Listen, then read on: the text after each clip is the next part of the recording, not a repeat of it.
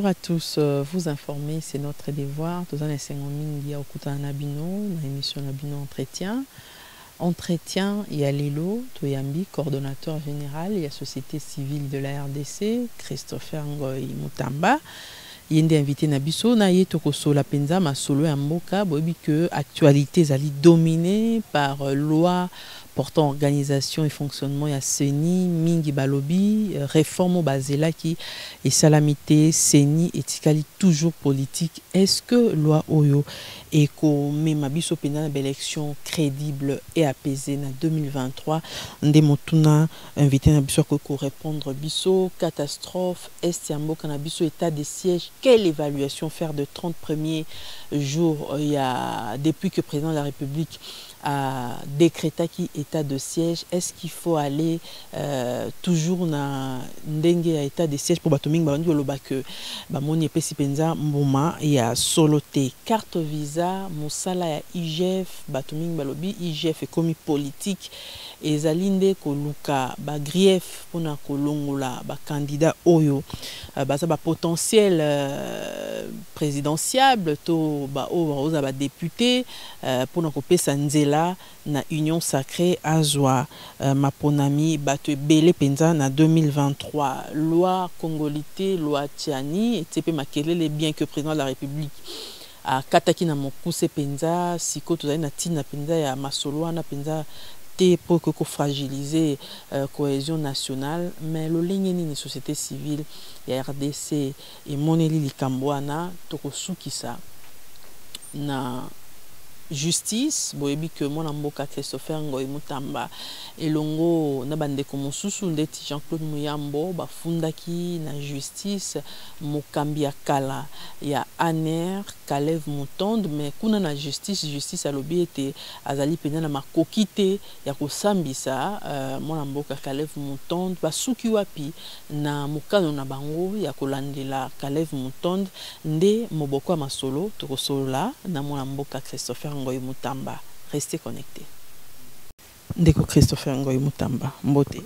Mbote mama gloire. Toyambi lisusu na émission na biso esali mwa tango penza likambo CENI nde ete makelele makasi. Bandeko ze la réforme esala mapenza solo ndenge balobaka ezala penza CENI wana ezala penza neutre mais bamoni lo lenge salami tolu et votamé na Assemblée nationale pe na Sénat et bongisi penza malamu te lolenge nini bino bozali komona bon boyebi malamu ke biso société civile RDC totelemaka mingi pe totelemelaka banda ba élection ya 2006-2011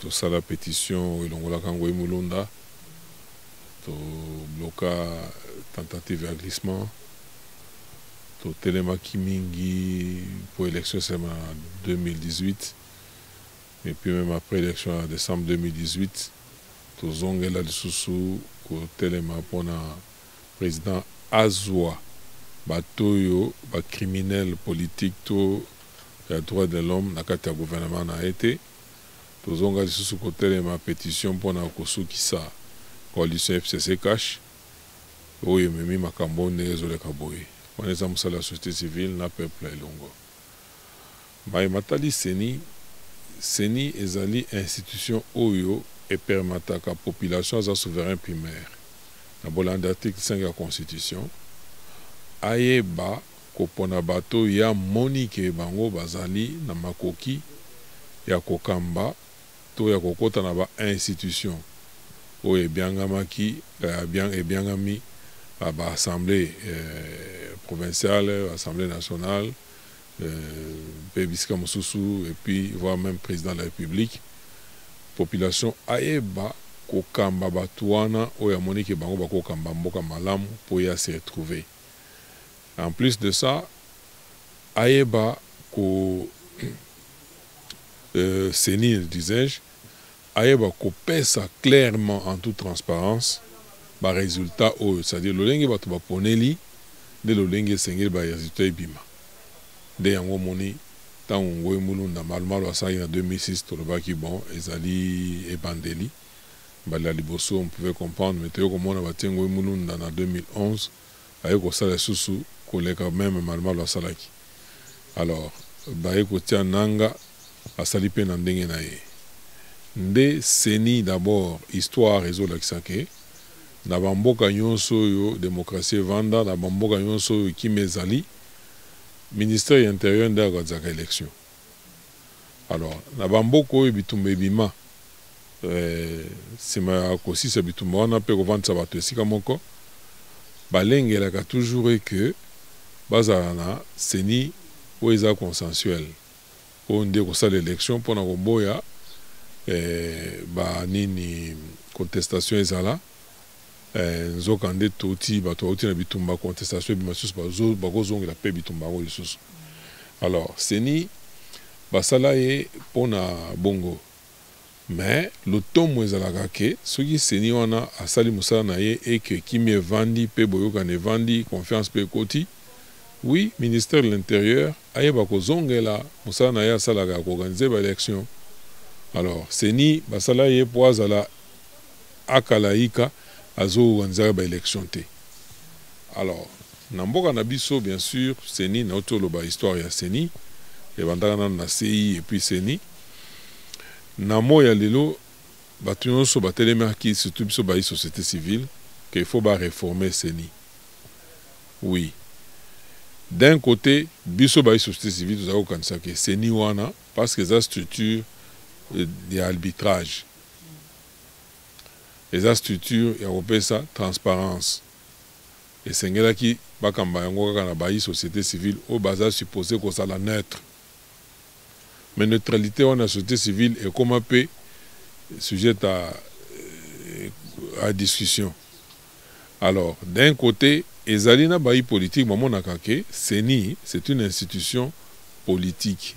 Pourquoi? Parce que bon, pas politique, c'est une institution où ils ont organisé par élection et ça makamboma et matali politique. Alors ba politicien au moko pe ba compétiteur et sengeli pe ba analyse moko pe na kati kuna pe ko surveiller makambo na réseau sala ba kotika ngo entièrement na maboka ba société civile te. Alors discussion on a et bandi les loté ezalaka toujours. Mais il faut retarder la réalité. Mécanisme ni n'est-ce que biso ba société civile. To mi pesa qui vraiment makoki ya ko sala été seni ezala vraiment totalement to entièrement dirigé na ba société civile. Na koloba te. To mi pesa makoki wana te. Makoki wana to to mi pesa ngonde ni.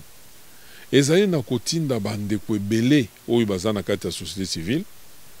Ba sala politique ba sala pe élu. Alors, d'une manière générale, que mboko yoko chanjaka, mokolo, batu ya malamu, oyo nyonso bazana kati ya société civile, oyo nyonso baza, batalisi vraiment na lolenge, bavandeli na lolenge, bazalaka, ke baza batu moko ya déjà ya bonya, parce que ba réussir nanu, ko sala musala, pe ko vandisa masolo, en tant que, bango moko en tant que privé, ba privé. Mais ceux qui expertise wana bakoti na ngona misala à l'État, na ba institution publique, et qu'on peut s'embaumer à Quito. Mais malheureusement, la société civile est belle, non, société civile est apolitique. Apolitique. C'est mon aime, mais tout le gars, relaxa que non. Politique est la gestion en boca. Gestion en boca, parce que gérer on a battu surtout, ou va s'en gérer en boca. Mais les loyaux, c'est ni bien sûr, et ça a toujours ministère de l'Intérieur, de après ça ba nini na ye ba proposition ya loi pour modifier tout ça là pour adapter on a ba besoin mais tout le monde qui faut passer présidente et assemblée nationale madame Mabunda aye ko tinda ba confession religieuse ale bossa noki bo désigner muntu bo tinda na ngana antene mbala moko et loko wana to sebla ina ngote to bloquer kango. Alors les loyo mokonza mboka asilaki ko même ba tant to bloquer kango bango bazonga ki sema epi mokonza mboka na masolo ndenge misale selemaki bon aye ko souhaiter que basala kaka loi wana ba réviser ngo o e ba ko pesa mboma bien. Alors commission PAJ Assemblée nationale biso tozali na kati ya commission na te mais baninga mingi oyo baza na bavandela makambo ya élection baassociation moko boye bakendaka mpe kuna baentendre bango mpe bapesi baproposition après discussion na parlement na assemblée nationale bapesi format oyo eza wana société civile akozwa présidence na kati kuna bamembre mosusu mpe ya société civile bakozala Union sacrée 4 membres majoritaires na Katiwana. Est-ce que déjà politique et l'équipe baza dans la majorité donc bango bando lekisa mingi ba position na bango. Bon, loi o ezalaki liboso to disposition ezali liboso na loi ngo ya seni ezali presque pareil. Mais kuna kutu société civile azali kutu te. Ezali kaka présidence na mutu moko na kati kuna esili. Mais les lois, il y a tout la société civile, il y a la présidence à Pamba et les autres membres, ce sont les politiques. C'est ça. Il y a bureau. Non, comme il y a 5 membres, il y a 5 membres. Oui. Alors, moi je pense que ceux qui tiennent en balance, hein, parce qu'il faut qu'on émette un jugement de valeur. Les lois, c'est ni vocation à Ezake, Asala Moussala, Soukanango. Nous salon des bandes et la ministère de l'Intérieur. Le ministère de l'Intérieur, il y a des politiciens et puis il y a des partis politiques, des groupes politiques, il y a des majoritaires dans le Parlement, il y a des gouvernement. Alors il y a des se retrouver dans le ministère de l'Intérieur, il y a des ministère. Alors on dit bien que ça sera uniquement ce groupe-là qui va organiser en s'appuyant bien sûr sur l'administration. Alors, les loyaux, tokobanga mingi te. Pour ninité, pour union sacrée, pe azana posa, batuna ebaleka azana posa, président de la République ne bazatozo kabazolo ba azwa mandat mususu. Donc, eloko ekopesa moi kimia na batu, ezalinde sikoyo ko sala été seni transparence vraiment ya solo ezala. Parce qu'on ne peut pas rassurer que par opération et élection n'est au sein de Mawana et qu'au sein de Manoleng Moka Malam ou ba tricherie to ba élection et sili et comme j'ai à cache-cache ba to comme kendo ba tama ba pe ko délibérer muto aleki boye ba vendre batali non o surtout leki c'est mabe to leki sande o aleki te au monde ba leki sie le muto aleka kite ba bimisie alors biloko wana ndeza mabe. Et Sengeli Suko qui nakati a seni bato ba okamba seni parce que bato qui sont capables de faire face aux politiciens, de faire face na ba pression parce que pression c'est la ndenge na ndenge. Alors baye basiko yo ko bimisa bato yo ko sala ba opération lo ndenge moko kitoko. C'est ça l'essentiel. L'essentiel est lingi koloba bato ba ko pona bango ata ba poni yo za une personnalité. Ba poni yo par un camp ou par un autre. Kokota na seni tango kote na seni lo on elengeli ke tango kote na seni okomi mbala moko neutre okosala te na bolandi ba directive okuta na bato batindaki okuna ba ponaki okosala siko nde seni ndenge to ebeli pena Congo ndenge to ebeli bato Congo ba mikutu ba ministère balanda kaka ba orientation ba parti politique na bango bongo pena na seni yo penzo moni muto a parti na yo azo zoate botiki. Oui, il y a des bateaux qui peuvent faire ce travail-là. Parce que ils vont travailler pour Mboka, c'est-à-dire l'institution. Ils ont battu à Sika. Bateau on a vraiment pour la population. Pas comme l'institution de Mboka qui se retrouver. Natanga kesika moko na yo moni batie batangi pe kombo na yo ko zape parmi bateau ko kamba seni batangi docteur Denis Mukwege soki lelo ba pesio seni au kamba yango est-ce que seni yango penza o relever défi ya solo penza neutralité ya solo pe ko pesa ba résultat ya solo sans que se pencher et sika bateau ko luka ba désigner ou pas.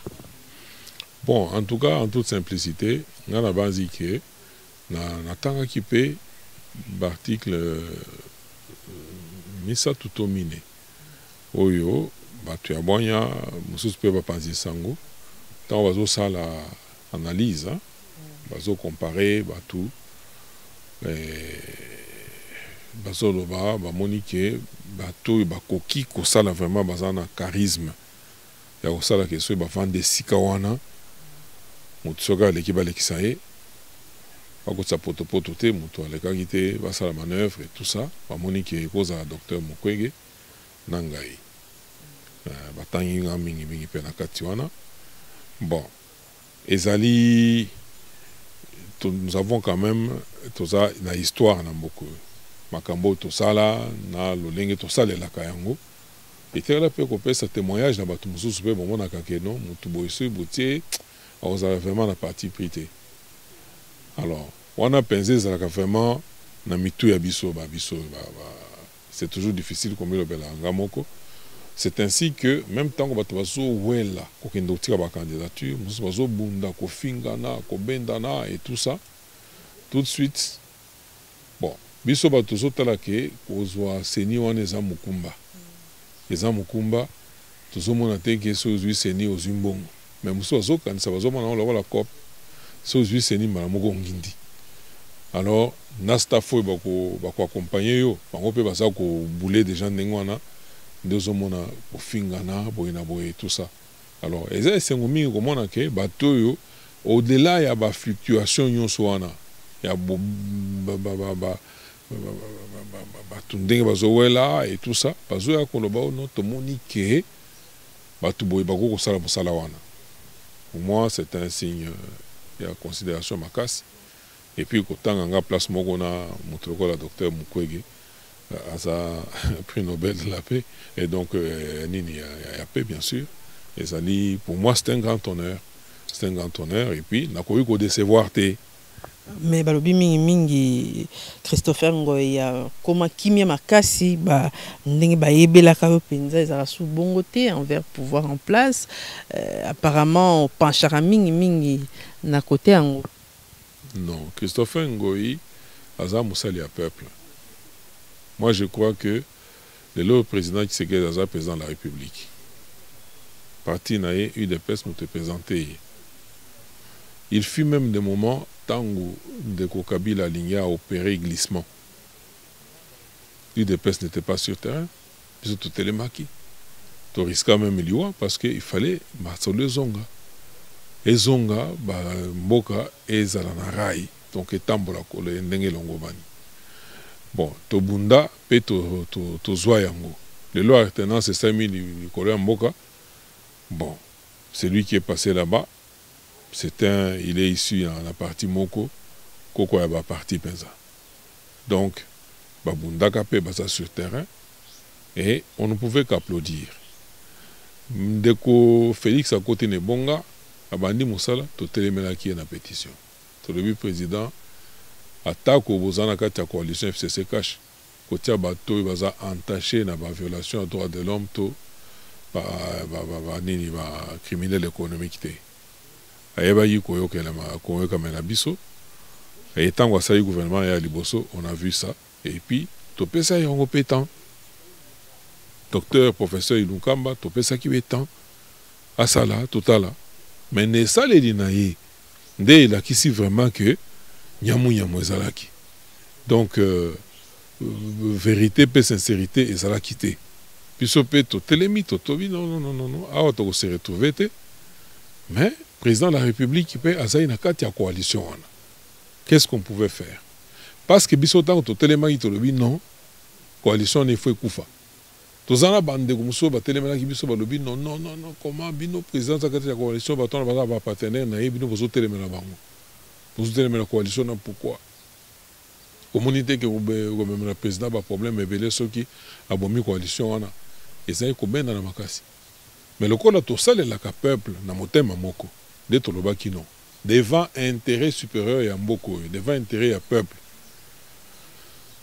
To quitter le terrain, to sali pétition pour na kolakisa que réellement peuple, ma candidature zabongo. A signé pétition, on a plus de 100 000 signatures. To ngende ko pesa président to ifse non, o yonde volonté à peuple. Longwa na coalition wana. Boma yango. Peuple a pesa qui a confiance dans le suffrage universel. Revoir Masolo. Sala seul mokonzi na yo atikala kaka peuple. ozana engagement na bato mosusu te parce que tant population votaki yo coalition azalaki pembeni wana te po apesa directive na population po abopona yo. Alors président ayebaki koyokamela biso koyokamela peuple et asali consultation pona s'assurer ya solo que vraiment peuple azokanisa bongo ayambaki bato nyonso na nsima nango ayekonome informateur après ayekonome formateur donc premier ministre. Donc tolingi toloba boye biso nde tosali masolo po ezala ndenge eza boye bato wana ntango bakoti na ebonga tokopesa bango mwa ngonga tokangi miso te me tokopesa bango mwa temps po le temps que bavanda et puis babanda mosala biso tozolandela et bien sûr délai de grâce wana elingi esila oyo tozotala ndenge nini bazokende na mosala wana soki tomoni ke basali mosala malamu te na point de presse oyo tosalaki mbala ya nsima tolobaki non tozosurveiller et puis babisiki ebele oyo tomoni ke non ya ça ne va pas tokoloba yango mais na période oyo topesi nanu temps moko ezali wala délai de grâce. Alors il n'y a que ça mpona koloba ke tovandi nye mais toutaki quand même mosala mo makasi bayebi yo makambo ya seni oyo telemela makambo ya seni na ndenge osakana te makambo ya politisation mais lelo ndima groupe moko boye so ezalaki FCC oyo ngo olinga yango te FCC ezala 4 membres quand même na kati ya bureau. Mais maman tokende élection na FCC te moto bazali na seni bien que na kati ya FCC wana toyebaki même bamission parce que bananga wana biso tokosola na bango toyebaki bamission na ye ke nanga ndenge aza wana akosala boye na boye na boye na boye mais on ne pouvait pas tuer kokoboma mboka totiki quand même que élection esalema pas c'est tout ce qu'on demandait nanga organiser élection. Alors na moment oyo il y a l'union sacrée presque bato nyonso baza na kati ya union sacrée wana. Bon tozo estimer que degré ya méfiance ekozala ya moke ekokita mingi presque bato nyonso baza na kati ya union sacrée wana pays politique. Yango wana totali tolobi bon mingi ezaka seni ezaka pona kotia ba belligérant en confiance pour organiser élection contestation ezala mingi te sinon bakozongela bitumba mais awa risque ya bitumba eza susu te awa bavandi basali balobi bon basala composition ya seni ndenge eza kose présenter lelo bon biso totali tolobi bon écoutez nous sommes devant un fait accompli il faut aller de l'avant parce que nous avons député. Est-ce que vous pensez que Seni n'a format l'élo pour garantir crédibilité à l'élection à condition que bati à bateau bazana lozito bati à bateau yo qui vont respecter les principes la neutralité qui vont respecter que Moutousso a gagné qui vont faire en sorte que suffrage to élection scrutin de population celle de la yango yango des la traduit tant bazo pe sa résultat garantir pe même témoin mingi ezakana en charge ya banani ba compétiteur alors que d'un côté bazo le banon banini tant bazo produire résultat eza contradictoire. C'est-à-dire que tu ne peux pas contester, ainsi de suite. Alors, pour garantir, un PV doit être signé par toutes les parties. Attaque ou pas, des milliers de partis politiques, plus de 500 partis politiques. Alors, et puis ça, moi, mon boulot, moi, pas si. Mais je crois que Seni et Sengela a garanti, par exemple, que à chaque endroit, les compétiteurs vont représenter. Transparence et causala. Et que ceux qui d'ici opération et à vote par exemple dans Mokoloana bakotia on a katia salle ba témoins sur bazawana ba bandi au compter ba bulletin ceux qui d'ici il faut mettre même 2 ou 3 pages ba to ko signer parce que ceux qui voient na katia wanande batangi voix na yo comme na yo bimi place wana ceux qui ont témoin na kati ya place wana place comme na yo c'est-à-dire aux qui peut ba voix wana témoin na yo a ko signer. So ils va voter moi témoin va signer, c'est-à-dire ezala eloko moko obligatoire. On est une organisation interne à CENI. Nenga au sein de l'organisation, on a et marqué déjà même avant de ça ba résultat. Chaque témoin a garanti que à Kendeki même na image to na papier ya nini salaki. Parce que les bosses ayo aux andeni. Parce que c'est élection, bazana ba agent ya ba ner soki banani bazo le kambala moko bazo décoller ba papier ba coller kuna parce que bazai obligation zai que so ba si ba opération ya nini ba tangi bazu ba pe voir na ba afficher.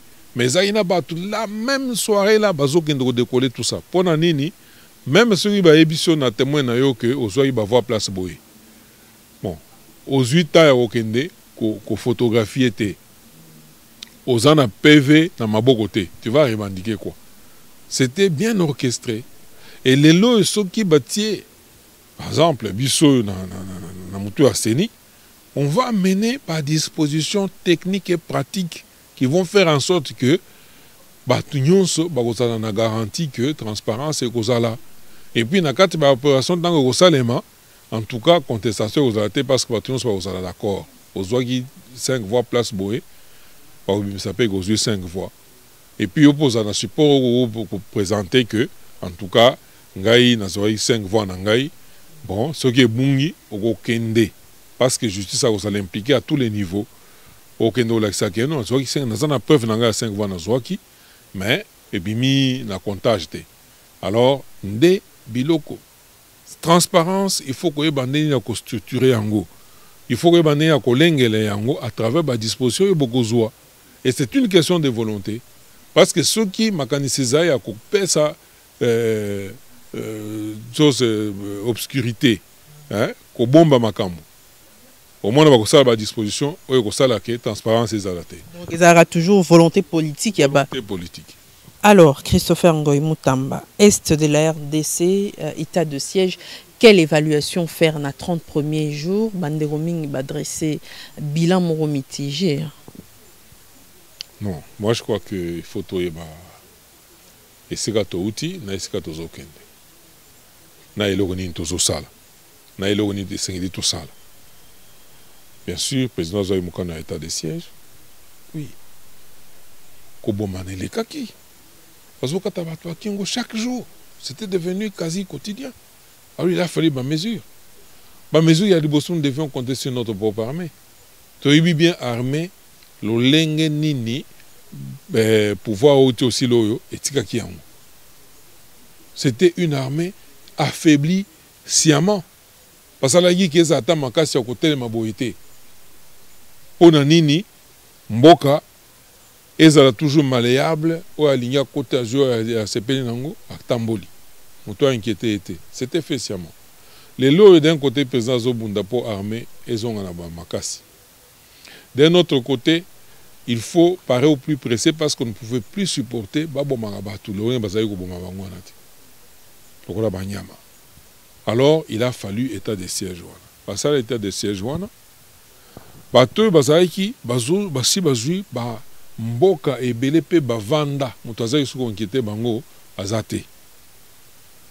Mingi ba rebelle wana, Bazo Benga Bango ba rebelle, ba incivique wana, Moussous Bazolo Baza ba rebelle, ba Outara Bamboka, ba pays moko voisin. Un rebelle sera un rebelle, c'est contre le pouvoir et Mboka naïe. Mais tout le monde a bango, ba kende kotungi Mboka nate. Mais Bavanda qui rebelle na bango ne bazo ba congolais, bazo ganga tout ça, ba rebelle tout ça, ba mais bouchaka pouvoir, ou ils en Mboka na binote, mais bazo demander ba congolais. Bazo disposer pouvoir ils en a Congo. Alors, il fallait qu'on tirer au clair, pe ko luka ndengeni makamone ko sila pe batika ko ba congolais. Ndetina ya état de siège. Tant qu'on passe à l'état de siège wana. Ce n'est pas dire que le jour où l'on a décidé makamone état de siège, le même jour ba tuerie en esili. Il faut compter pe na motema mabe pe na makanisia bomi ya batuana. Alors, tant que l'armée a quitté la puissance des feux, on va changer de façon à Gobunda. On va utiliser Tobengi sur noiserie. On va utiliser la méthode Tobengaka asymétrique. C'est-à-dire, bazana batu bazana bibondeli makasi susu te bakano ya minene non te bazana musuna ba mbeli même ba arme blanche, c'est-à-dire bazana ba arme d'appoint ya mike musuna ba arme blanche ba okota na village boy na butu paf ba bomi batu bakimi. Bandero mingi balobi, même président Rwanda lobaki yango, on dirait zaki bien préparé té état de siège oyo parce que armée yebi déjà balobarango déjà qui guerre on est asymétrique. Pourquoi kanisa ki malamu te comment contrer benemi wana comme ils sont asymétriques le lengeni ba manière tout ba moyen ba ko sala balobi ezaki improviste ba nommé batukutu en retard 2 semaines après décret à état de siège et il peut favoriser réussite à 30 premiers jours. Mais écoutez, tant aux autres président Rwanda lobby, mais pourquoi tango état de siège ezaki na noté bango basalaki nini po batuer wana esila si il n'était pas derrière ça basalaki nini po batuer wana esila yango wana lobby faut totala place touti esika nini tozokende, qu'est-ce que nous devons faire et comment devons-nous le faire.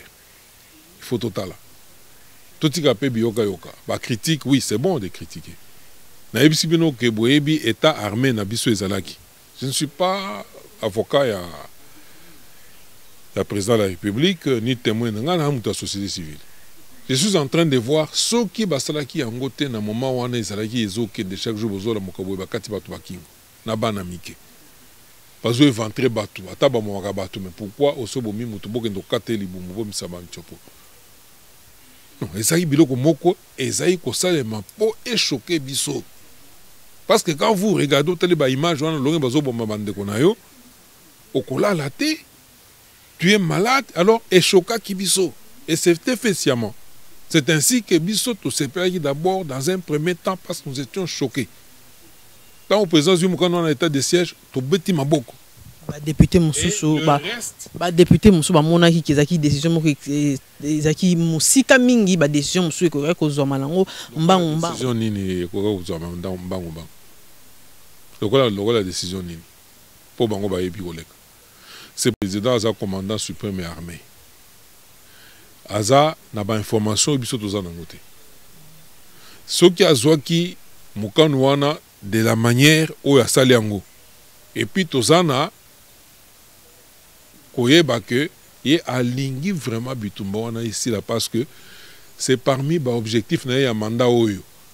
Agoko sali eloko moko te wa yebi que e ko bebisele par exemple discours na ye la promesse électorale et Robert Bissele Yango. À cause de la s'il l'a fait, c'est parce qu'on a mis conscience, ça sûr que Robert Sambouma Kitoko pour aïe bapé causer la population et reconnaissance à la population tant qu'on a sur ce confiance. Ça c'est de 1. De 2. Oui, bah critique les aébélés, bah professeur, bah technicien de guerre, na banini, bah comment peut ébélé. Moi je peux vous dire que les loyaux, bah touana, tout ce qu'ils font. Eza surnoiserie. Tant que monique ba minduke komi kotoyo et puis so tali espace en wezo senga ba sécuriser. Eza munene koleka. Eza munene koleka. Alors, mususu bazape ba bangone ba alimentaka ba groupe armé wana. Ozo bisabino pe po ki me koma kuna, il faut koluka kaka to vendre place moko tout ça sur dialogue début tumbane si c'est que vous avez une même mise là-dessus. Alors, moi je pense que au lieu ya kokende évaluation à 30 évaluation à 30 premiers jours, moi je crois que la tuerie dans les liboso est diminuée. Babisiko yo, bamboka, ba village yo, ils dans maboko ya batumoko ba civique, batumoko contrôlé et tout ça, ba village wana ba récupérer en armée na biso. Et que les loyaux armés azo consolider autobengi pied à terre, c'est-à-dire azo vanda. A komi ko vanda na se, a komi vanda tie ma colonne na se, a komi ko contrependre ba opération même na ba bisika mususu ya musika ko kendo ko bundisa ko récupérer ce qu'il faut récupérer. Et ça demande un temps. Mais d'un côté, il y a contrainte, il y a constitution et sengeli qu'il faut état de siège pour le Jangaro. Justement, Batumi. Chaque fois après. Chef de l'État au Senga loi et habilitation, on a balobi c'est que état de siège en oza les lotés dans makamango les lots eurosimba te pas ni ko katango te ko ça l'opération normale. Je crois que dans moment oyo état de siège est nécessaire. Et puis c'est même une chance. Parce que ceux qui état de ces activités, tala même dans Nord Kivu, donc dans la Goma kuna volcan et côté en éruption. Ceux qui gouverneur militaire à Zalakité. Ceux qui armés à Zalakité. Là encore on a senti tâtonnement. Ça pouvait être grave, oui, tâtonnement parce que ce n'est pas un lot qu'on s'attendait, un lot qu'on a été bimé brusque. Personne n'avait prévu ça. Et bimé brusquement. Alors, les lots, heureusement que nini gouvernement militaire ezali kuna na province wana même bato baye encadrer population mususu balongwe na bandako batiki biloko na bango et comme il y avait autant de militaires bayebi kokengela biloko wana mususu bazozonga ils retrouvent leur maison intacte. Bien sûr moi ba nini amike mike ezangaka te. Alors je voulais encore dire que dans le moment où bato wana qui se sentent maintenant en difficulté pour impacter opinion baokende bakimi bacontourner ti bakeke quelque part babomi bato bafilmer kaka bango moko nde bafilmaka batie na baréseau ntango bomona boya non c'est pour dire que état de siège eza réussite te parce que ozotonanga bilan na moment so tolobi ke état de siège eza réussite te totika yango tozonga na situation nini et l'or ni organiser l'opération des bandes comme ça proposer organiser l'opération bien réfléchie bakati na état de siège pour président lobby Eroumela entre temps société civile aux hommes de société civile les autres kolobaté parce que on mingi ba pesa ba information ba journaliste ba ko ça malamu te pour en état de siège et situation ba redemeurer bongo ba tout ba liberté na bango eza restreinte quand même. Maman, si vous voulez faire des omelettes, il faut casser les œufs. Et là que même biso ti place tous aller ba journaliste parce que on va juste la bango malamu ba opesa ba information bi pesa là a aucun déplace pour y abandonner au salaire reportage à éviter que l'information soit pesa on a même mungu na ko utiliser ba mususu a aucun déboye même bisika moko yo esengeli akomate akomi ba to na ba message bango balingi ba pesa oya ko pesa désolation c'est-à-dire ko créer panique dans la population parce que nous sommes salisa bango parce que pour filmer bango ti batindi au chef de guerre tel au boy na boy le biboy et tout ça biloko on est bindo. Il faut voir là où est l'intérêt dans le but bien que il y a une partie des agrès psychologiques biso to za musika mais tango bozo mona ba image wana ou là la tête tu ne peux pas manger alors ezo sala que tous à la même révolté contre gouvernement za en place ça tous ebise que bozo mona to bozo mona te. Mais nous sommes déjà manipulés. Nous sommes manipulés suite à quoi? Suite à l'image de tout le monde. Et qui tire profit? Tout le monde tire profit. Parce que le Congo, d'abord, dignité même et abisso. Parce que ces sociétés congolaises, on peut le tuer et tout ça. Et il y a des gens même qui viendront filmer ça. Alors, deuxièmement, l'opération réfléchie. Kimia 1, Kimia 2, Sokola 1, Sokola 2, Amani Léo, Soki patati patata. Mais là, on a des opérations réfléchies. Non, toujours ba conseil Zoya, non, Bokende, qu'on négocie même dans le pays limitrophe pour couper dans la base arrière. Qu'est-ce qu'on n'a pas fait? Même les armées étrangères, on les a autorisés à entrer chez nous ici. Maintenant, on va se côté ça pour vendre ce madame, on vendre ça. Alors, les loyaux, on a une armée, bien sûr, qui n'a pas très bien nanti. Alors, autant qu'on permette une armée à s'attirer pied à terre, à tirer sur ma colonaïe qu'on a vendu. Azana position à Zongate. Mais ce qui est que opération, à salle opération, boya alongwe bangona ba remplacer. Alors kimi mbango ke boya sali nde ba opération réfléchir bozo le bawana. Alors que na moment où stratégie zani.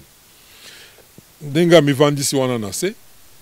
Akuluka ko approcher ba groupe mususu parce que na est kuna ezana bande ko mususu bazwa manduki. Tout simplement parce que ba ndima kité que ba paya ko bomaka bango na village, bango ba vandi bo ba mitiki. Bazwa manduki pona ko protéger ba village na bango. Groupe autodéfense. Groupe autodéfense. Alors, armée ndako yeba ko sosola. Banani ba groupe baza autodéfense, banani baza autodéfense te, ayeba ko approcher bango. S'il faut compliquer bango na ba opération, compliquer bango na ba opération parce que bango ba yebi terrain bien, ba ko pesa ba information qui toko. au baza ba autodéfense te ba koyebana. Et ça prend du temps. Ce n'est pas du jour au lendemain vous réglez tous ces problèmes là. Deuxièmement, bisika nyonso armée aza ko récupérer. Il faut azwa temps ya ko installer ba unité moko kuna fixe.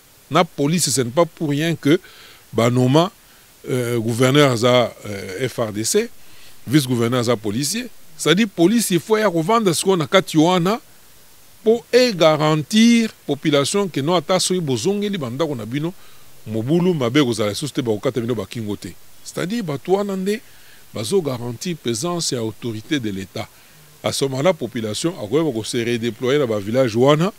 Aye ba kata na vandi na village oyo butwe ingeli na kote na ndako na lali pongi ba ola musanga na butute po ba katanga kingo mabe kozala te. Ça c'est très important et ça se construit. Ça ne se décrète pas et puis seulement le jour du jour au lendemain ça limité. Alors, occupation drastique. Il y a espace où on est plus quoi va peke et si on est à iska moko munene.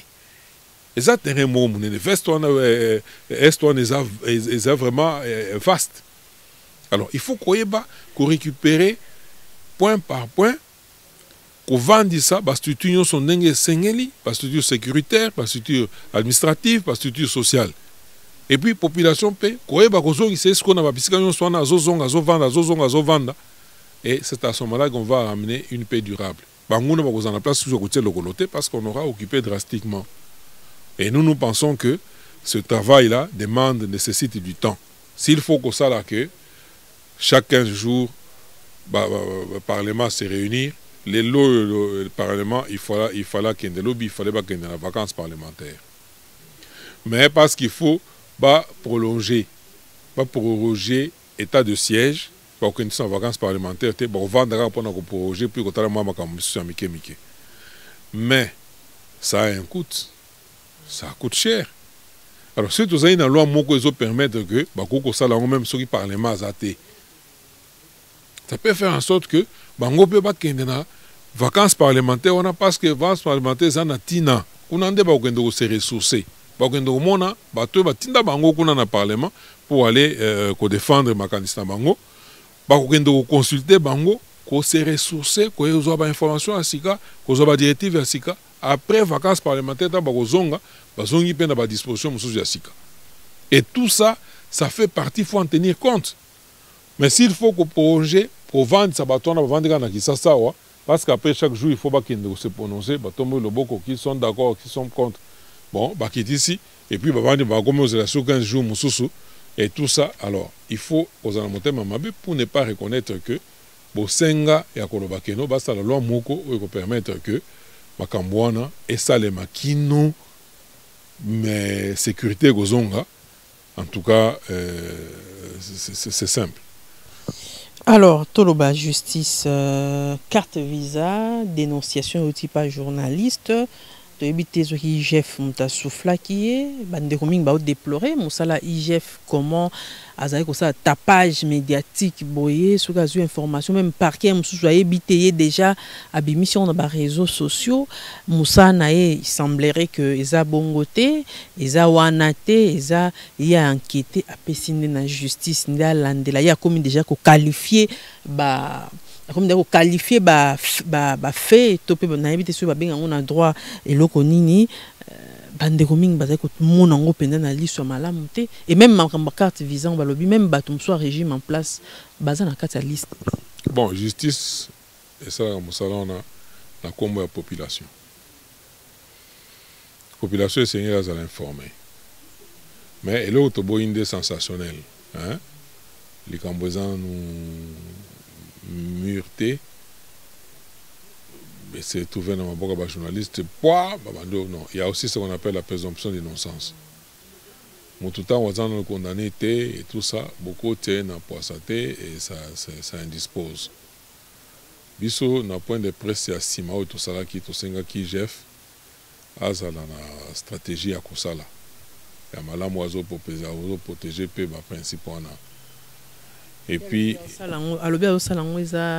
pédagogique banque ça va voleur oui to boité et banque ça va voleur tant on va traduit ce dossier et mûrir.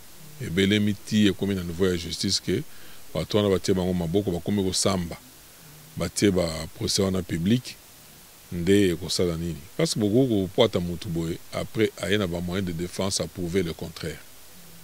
Alors wana bosali le côté. Nous nous demandons que en tant que société civile, en tant que défenseur des droits de l'homme, IGF a sala musala correctement. C'est-à-dire quoi? Tant qu'on a une étape à banquette, à la banquette on a silisa. Soga silisi atindi ba dossier wana esike sengeli ba dossier kende kunande bakoye ba kobengi sabatu na niveau na so ba bengi mutu bantendre ye oui eza na ba dossier toyoka ke ba bengi sa mutu na dossier boye bantendre ye ba ebisa zonga mais il y a des effets sont établis, les faits sont établis. Nous sommes ba bengi sa mutu bantendre ye mais batindi déjà na makala. Oui, c'est pédagogique tout ça. Les gens ont la pédagogique. Et le la pédagogique, c'est quand on arrive à juger Moutou Bassambisier en toute transparence, il peut présenter des moyens de défense. In fine, c'est-à-dire en fin de compte, monique, en tout cas à longité, à Salambeba, à PC Tumb, à Kotiguna, Wana, c'est bon. Mais ceux qui basambisi mutuna noté ibi saliboye et puis ça comme ya ba combo non ba combo kotanga bon là ce n'est pas vraiment très bien, ce n'est pas vraiment très bien bisoto abatu ya tuninga kolanda masolo ndenge sengeli zala, nous devons le dire clairement sans mâcher les mots et musali je fazo ça déjà kitoko mais publicité ndelekate publicité zanango nango. Et là, la publicité, même constitution a consacré que est la publicité, ils ont des procès. Tant que comme une étape à procès, on a raison la publicité. Mais quand ça, la publicité bien avant, il y a aussi la présomption d'innocence dont il faut tenir compte. Pour protéger bateau mais nous pensons que IGF, il faut aille principe wana et puis batapage à pamba wana ezalate. Carte visa individu to ba personnalité atakutu fonction na bango bazozora mbongo directement na compte ya trésor public na compte à l'état bazana salaire mais bazozwa lisusu balobi il semblerait que zande pona biloko moko eza imprévu nde bakoko salela yango eza lango ndenge bato bazokanisa maman ngai naza kokufa ndenge naza boy.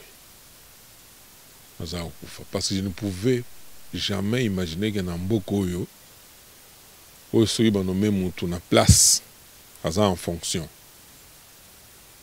Soit qu'il y a une mission de service, d'abord il y a un salaire. Mais soit une mission de service, on a fait des missions.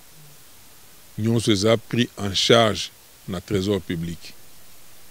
Et en dehors de ça, à la mission thème, badota et carte visa.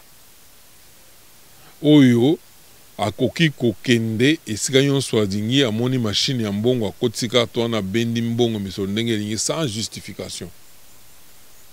Wana tokoti na dimension mosusu ya koyiba. Tango nazali koloba ke mboko oyo ba privatiza yango ezana bato ba privatiser état l'état wana. Et comment ya bango? Et comment on va le bien privé? Bon, non, vous exagérez parce que bon, les loyaux, trésor public est commis poche à battre. Mais c'est grave. Procureur général de la République. Babylone, on a même celui-là, soupçon. Est-ce qu'un dossier comme celui-là peut se négocier, peut traîner quelque part? N'est pas sûr, toujours qu'à moi.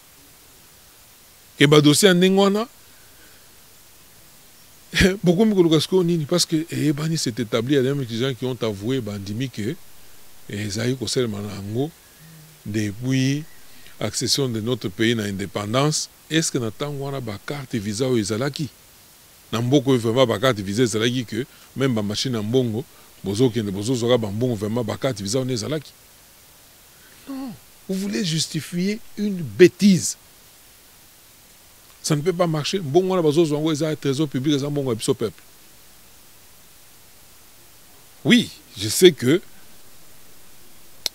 coutume, culture, système, et comme qui bongo to yiba biso no selongo oya boy ko yiba wana za mungu na biso alors to go sale mabe musu bazo zo ba poison musu bazo créer les bango ba problème parce que il veut moraliser ba miyibi.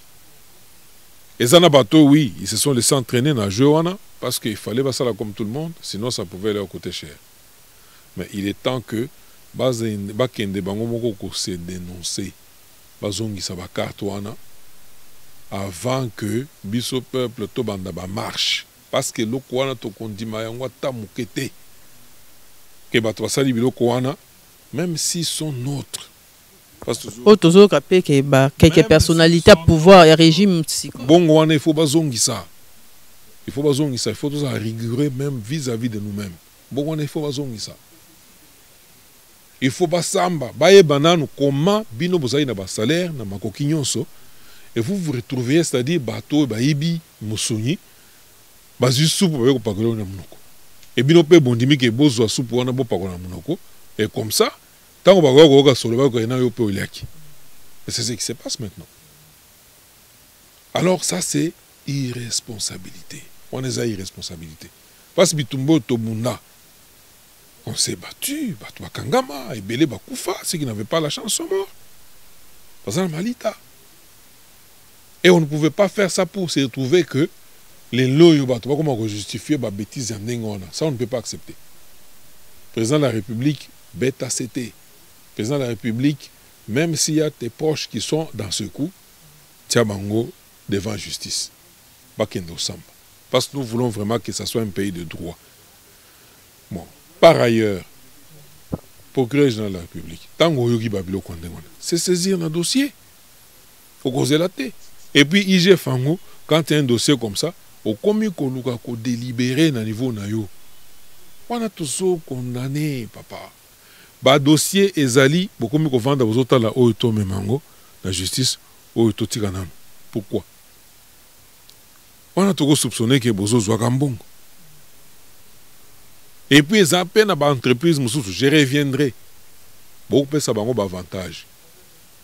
Parce que bozo kota kuna, bokei bo assister bango tango bozo sala ba état financier na bango, o boucher awa salaboy et tout ça o yonde futa na l'état. C'est que ozo pe gagnak. Ça c'est très dangereux. Parce que ligni ba tunyon so base au même peu d'égalité. Ba entreprise bozo gérer wana. So il m'a proposé par privilège wana bongo ba mususu alors ekoboma mboka bo sala musala kitoko mais bo sala ngo na boke binyonso tout soit bon tozongela masolo wana. Alors Christopher Ngotozo qui peut na suko tout na tango moké makasi mais toko kozangisa question oté avant to suki c'est na loi ya congolité question yo po toza na justice bo fundaka Kalev mouton de la justice pour biso to accompagner ka yo to kendaka longo na yo to couvrir ki activité wana mais depuis que tribunal elobaki ki akosambisa ete na to yo kiote ezandenge ni kasi démarche. Bon ngai pe lokola bino na yo ka ki tribunal aye koloba ke bakosambisa ka lefte parce que manso asalaki ngo likolo ya oui, voilà. Alors, ça c'est de 1. Pastor Mitouni. Bongo John Numbito Hollandais, pourquoi? Parce qu'Aboma Chebeya Azaki inspecteur général de la police nationale.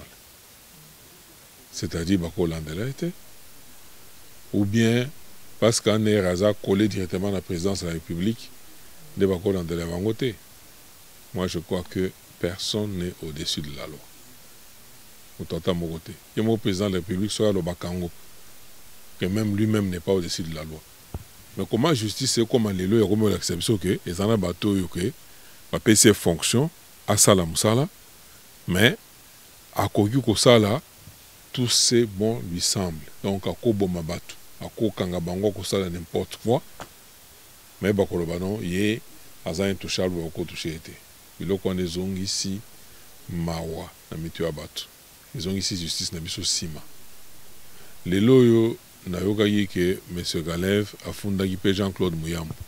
Jean-Claude Muyambu est sengela ya ko samba. Mais ça c'est grave. c'est grave. Biloko wana tango biso tozoyo kango. Biso ba tout subir makambo ya Kalev.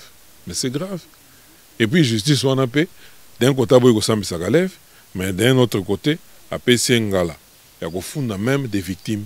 C'est-à-dire ndenge tozaboye lobi toza traduit en justice par Kalev parce que totanga qui parce que boyina boye. Alors justice les a justice té. Nous avons encore confiance en notre justice. Mais, on se détruire. Et puis, justice, on va pour la population. Bisonde, topé ça, on galawana, basala on a combo na biso. Mais so iba comme koleksa biso que, bazana, batumse ya simbate, donc ba comme na camaraderie, ba comme ko se couvrir parce que pour ba nommer ceux qui procureur, so ba nommer nani. Dossier le kakana en air. Bon, ceux qui en air a péci avis défavorable, jamais aux postes ou bien ceux qui postent on a nommé en place en air a comme au Kébissayo que nous kemba ou qui pose alors on a de topé ça qui a vie. Bilo kanande bomba bamboka. Le bomba bamboka et puis donc échapper si ça continue comme ça, nous n'allons pas échapper. Et ce sont des principes où il faut ici là. Ça doit se terminer. Congolité, Olanda Kimamboka Noël Tchani a bêtisé des pères et des mères. Et comme non bon président de la République, il a des pères et des mères. Alors, il y a un Sénat, il y a un président du Sénat, des pères et des mères. Mais Ningi Simbokate, Bameti Batelemi. Et comme le monde est discriminatoire, société civile de la RDC, Alanda Kilikambwana, Lola Kanabinuzani. Biso toboye ko kotana débat parce que c'est sans objet. Sans objet pourquoi? Disposition existe dans la constitution na biso. Des pères et des mères. Oui. Et ça dans la constitution na biso. Même temps la conférence nationale souveraine projet à constitution il fallait un référendum malheureusement les gars qui se soutaient Oyo Kondo Marcel Liao. J'ai encore un exemplaire. Disposition des Anakati. Constitution, il y a Maréchal Mobutu, disposition des Anakati. Alors, tu as dit que tant il y a Melulu, il y a San City. Les amis Melulu, il y a belligérant. Tant qu'on se retrouve, il y a une constitution où le présentant on a peuple à voter on a référendum. Biso bailli société civile. Attaque on a un coordonnateur Tangwana, mais je n'étais que le président de la coordination Synergie Congo Culture Développement. Tu as la capacité de la constitution de détecter plus de 50 articles où ils ont été en danger, y compris l'article 1. Moussousoupé à Moutouya, ils ont loi Bakachiko Balongolaka. Alors, tu as dit que la combinaison et la disposition de sali que les lois Mboka Nabiso et la richesse Nabiso ça la vandalisé. Baïba et Bima, Bachekamino et Koufa, et Zabradé. Alors, les loyaux, Congo est comme un bien 100 mètres. Congo, aux Omona, même quand on disait que le pays est privatisé, aux Omona, que Batumususu, Makamba Baka divisa, ça ne se limite pas là-bas. Aux Omona, Batumususu, Azana est membre d'un parti politique. Un parti politique, c'est un fait privé, comme l'association de la société civile, c'est un fait privé. Mais bazalaki pe na bakarte wana bazalaka nango tozomona bazokota même na ba restaurant na ville a kotinda batu boke ndo na place wana bolia et tout ça passe na wa tout ça la réunion place wana tango aye a signé parce que ba facture nyonso wana et ko kende basangisa ngo trésor public a fouti. Alors biloko wana ndozomona ebomi mboka loi wana. Moi, je crois que tango proposition alors on a tango docteur Tchani à l'obéli yango, c'est toyogaki. Peut-être tout le monde c'est normal. On n'a pas trouvé d'inconvénient. Mais malheureusement, baye ko récupérer yango par un groupe à Bapanzi Sango. Au bataille là c'est un filon. On peut se retrouver. Bazui loi wana babandi ono loi ya Noël Tchani wana ils ont tendance à disqualifier bato moko boye na élection en 2023 bakei ti toyoka o babandi otanga président Katumbi Moïse. Oyenda a ciblé dans l'Owan. C'est ça politique. Alors, tous les coups sont permis. Malheureusement, Noël Tchanipe, bon, pas mon niveau, pas problème à Zaganango privé. Pas comme il y non, Azamutu Mabe n'a proposé l'Owana. Il faut même pas lui faire confiance, il faut que l'on. Parce que, et puis c'est toujours le même groupe de journalistes. Je ne suis pas contre eux. Mais dans le Bango, responsabilité dans Bango, dans le Lengeni, parce que les journalistes, c'est ça qu'on a qui sa population souveraine primaire, qu'on édifie, aye bandengini, bazo kambaye, aye bako fondé, choix naye, quand il est appelé à porter choix. Alors, Bango, si vous bazongi, baye ko lati sa loi wana ono, basale yango pona Moïse Katumbi. Batu batelemi de gauche à droite. Et puis, na comprendre te, même le président Katumbi be, yepe a mis côté na jeu wana, na moni a comme ça même ba conférence, ba journaliste ba télémélier pour se justifier. Mais toye comme on appelle et comme non, ce n'est même plus ça et comme loi les autres ciblés ba meti nyonso. Nous avons toutes sortes d'associations. Tout ça ba association ba SMECO. Les autres comme président Ferdinand Lokunda da Silva. Aza Meti, l'association des métiers du Congo.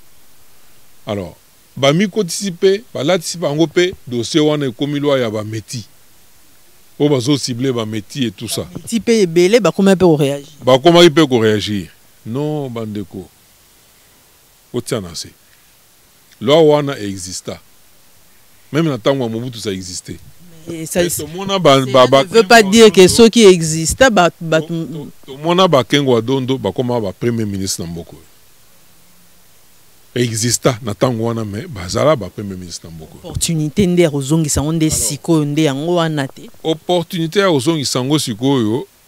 Moi je pense que depuis Sun City, oyo maïma salemi depuis Sun City, to moni ndenge ba piller mboka. Ba vandaliser ba richesse na biso et tout ça. Congo est comme le rôle un bien sans maître. Bonga Congo le lot des milliards et ça libanda ya mboka placé na babisika moko boy. Au batozo jouir nango. Mais il y a quand même certaines dispositions conservatoires au esengeli ba congolais bazwa. Soki ba koyo kozwa yango te, je vais beaucoup regretter. S'il y a un groupe de gens ba kotisi amalgame. Kaka proposition loi wana ememi tribalisme.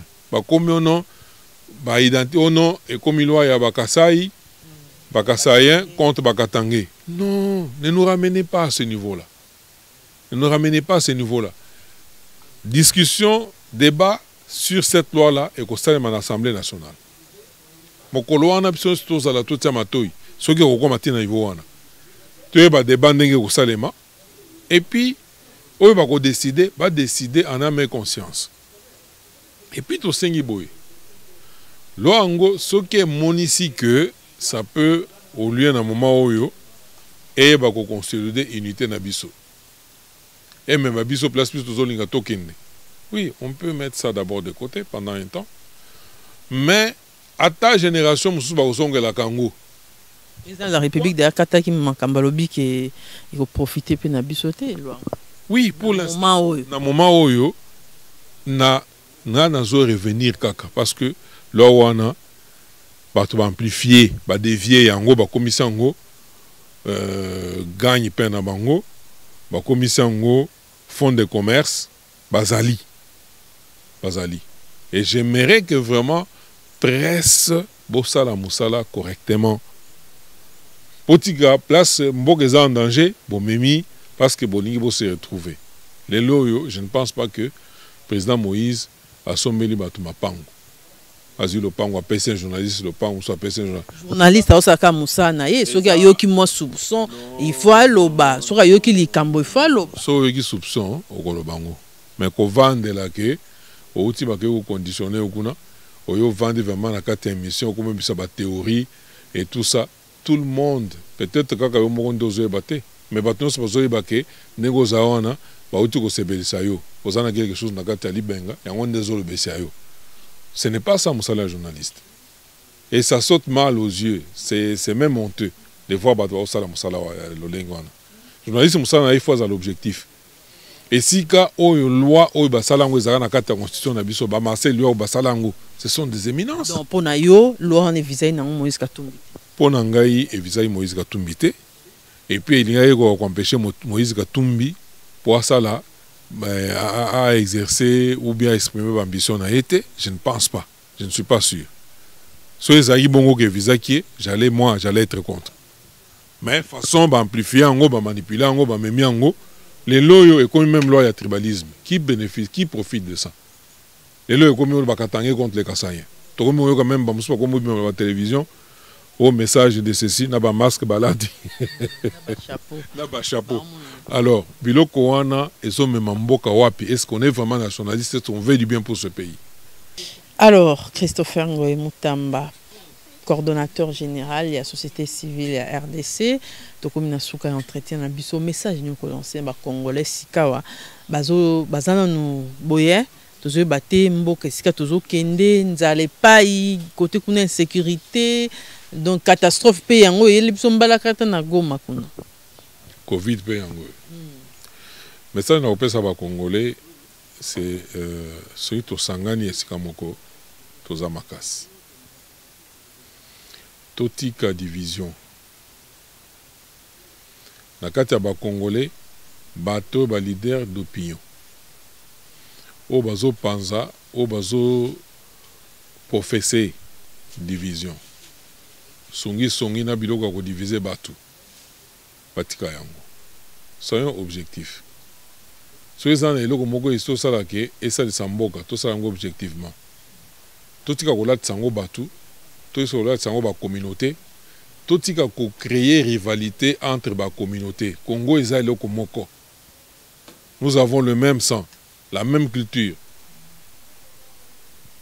Nous partageons les mêmes frontières, les mêmes législatures. Nous sommes une nation. Touti musiga. Les autres zolo baba lumumba on a bakufa pour l'indépendance ya mboko. L'indépendance on c'était pas pour batete là. C'était indépendance ya biso so ba congolais. Alors, les loyaux totika là unis. Bato besoin de masolo ya ko diviser biso. Peut-être pour des intérêts égoïstes ou bien pour des ambitions personnelles. Batika yango. Parce que les hommes passent, les institutions restent. Nation ezanini, nation eza d'abord histoire o esangisa biso. Nation eza isika tozo lingato même Congo ezala une première puissance, peut-être pourquoi pas première puissance ya monde. Nation ezali o tozo sala siko po ko komema biso place wana. C'est ça la nation. Mais pour tout yango, il faut tous la unis. Tout égoïsme, on a non, en tout cas, toyeba que na moment oyo, mboka e uti musika. Mboka komaki déjà, baboto la ibiso déjà yango. Et komaki combien bien 100 mètres. Là tu ko la kisawa, ba carte, parce que bato puisse mbongo, trésor public et commis poche na bango bazo tambola na poche mais c'est grave ba minéré ya mboka ba signa ba accord muto akei ya sombi la ville prix na we batekeli wana ba yebike tozo teka ngo za ville prix parce que tango ye azo muto akosomba très cher à sa belemi place wana tango ba sali papa à moins de mois ateki ngo na muto wana à des milliards et puis bango va se retrouver et ces gens là ce sont des Congolais. Alors, c'est-à-dire, diable à côté la kibiso. Diable à côté la kibiso, na mitou, na biso, na maïl, na biso, na bizali, na biso. Alors, on ne pouvait que perdre ce pays. Alors, c'est maintenant ou jamais, aujourd'hui, un président de la République qui s'est montré Moussal ici, Moussal Eli, il y a peuple congolais. Assez approuvé à la Kisike, il y a aligné vraiment à Salisake, Congo yo et s'est retrouvé. Les Congolais va se retrouver. Alors, tout saisir opportunité, on a. Tout saisir et on a maboko mi balé. Tout tika kokende de gauche à droite. Tout tika kozongi c'est si mazome ka ko avancer sur zobenda ye na ba biloko moko, oh non, c'est un Kassaïen, oh c'est un boyna boyé, ainsi de suite. Mais à ça président de la République, à ça Kassaïen, il y a dans la signature. Les loyaux, oh non, il fait tout pour que nous se retrouver dans le Mais il y a des gens qui viennent dans Makanisa Kolobani, non, non. Pour ça, la sécession, pour ça, l'indépendance. Mais il y a eu des gens qui étaient en fonction, qui étaient au pouvoir. Oh, binomo pour ça bango identité ya bino. Pour ça bango. Mais basala ni bato bateka ba société no samine ni mine non. Ba jekamine tekama, ce sont ces gens-là. Baton ça bambongo na ba compte na ba paradis oui, libanda kuna. Mais batiki mino toujours dans ce que vous êtes là. Et là ils sont en train de vous dire que ceux qui sont indépendance beaucoup moins indépendants de Bogobonga. Pourquoi au moment où bango bazayi na signature ils pouvaient décider, parce qu'il y a une majorité dans l'Assemblée nationale, dans le Sénat, dans le NIN, parce qu'il y a une signature. Pourquoi ils n'ont pas décidé à ce moment-là que notre pays une indépendance les lots? Mais, bibi dans nous, province Soana, et puis, tant que si vous avez ici par compte, dans moi les lots, ils viennent maintenant, vous, peuple, tous à distraiter. Tous à distraiter. Dans le moment où le message n'a pas sur les Agoloba, pour nous faire face. Bunda, nous avons d'abord la première chance d'avoir un président qui est au service de la nation. Des deux, Bamena César Koleka. Bitumbezana Estouana. Et ça, c'est le même sang que nous avons. Personne n'est pas accepté ça. Il faut tout les mabisons sur le monde aussi sayango. Bato bazo iba misolo, c'est-à-dire bazo ça en sorte que bitumbe c'est dans l'est. Bazo ça en sorte que pas c'est dans beaucoup côté. Alors, bateau, tu côté les bango. Malade le quoi la Covid nous Congolais, nous avons la possibilité aussi de ça. Pourquoi? Parce que si tu observes que la mesure, on est si que c'est un peu partout que et aussi sa maladie. Et puis climat nabiso, climat où il y a biso, ils ont sa biso, ngala avantage makasi. Les lots et celles le rôle mati parce que surveillance à makasi dans la frontière. Ba variant toi na uti na ba ende na ba bisika mususu surveillance makasi ezaki mingité ya ngwana ekiti kokota et puis eko s'amplifier parce que to moke na tendance à malili mais celui to telemeli yango na sepela ki mingita no yiki président lobby que ba osala pe promotion ya ba produit o uti na ba recherche ba chercheur na biso ya Congo eza eloko moko ya malamu koleka parce que banda mokile banda bakoko na biso eloko sala ke ba résister na mokile devant ba maladie ya ndenge na ndenge pe biso to ya kobotama tozala pe na bomo ilelo yo eza kaka banzete c'est la phytothérapie ya nonde salisa bango ba produit pharmaceutique zomelo yo ebimi ya yeux en pleurs il y a seulement 100 ans mais depuis des siècles to viva kaka na banzete. Alors, Nzambe, à ça la banzete, on a pour ça, ça biso batu. Toi, basiko comment utiliser yango, comment utiliser boigna, intelligence, mailler les pays à Baï, Congo, chercher na biso, toko faire face pe na bokono wana pe, toko mi, parce que toko l'obligé de vivre nango. N'est to vivre na paludisme, na malaria, nini, obeli, ozui, qui sa malaria, omeli. Aujourd'hui, ceux qui sont mêlés par Sili. Donc, on vivre pas nango. Et ça peut graveté. Alors, tu es bas stratégie moko qui to comme tu es bandé nanou comme kebisa, comme ça en sorte que malade ango est tambola mingité. Et voilà mon anga yasuka ezali copain moka ko soit. Na ba soda na biso bazana est kuna. Bazo bunda, ça ne sera pas facile. Mais bazala na bopikiliki. Babunda bitumbane sila kimezonga na este kuna message nanga eza koloba bayi justice pour ça na musala na bino malamu parce que peuple azota la bino so beaucoup tisango ba sentiment peuple a osepela na bino te banani ba politicien pour que politique ezaka ka service au besoin de la population au souverain primaire. Politique ya malam basala kango pombo ke tombo ma etelema. Ce n'est pas une opportunité qui vous est donnée pour vous enrichir. Na maimatali seni, je crois que ceux qui na seni wana batie batu ya malam, ou ba ko sala ke transparence ezala, ya onde e komema kimia susu na mboka, e ko pesa confiance na batu nyonso ba ko telemela ba ko bunda na ba élection et puis ekoyeba kopesa démocratie na biso parce que Congo na biso ebiangami République démocratique du Congo. Démocratie ezala la identité na biso. Et au sala ke tozala penza ba Congolais démocratique ya solo solo. Na tondi bino botondi. Merci mingi.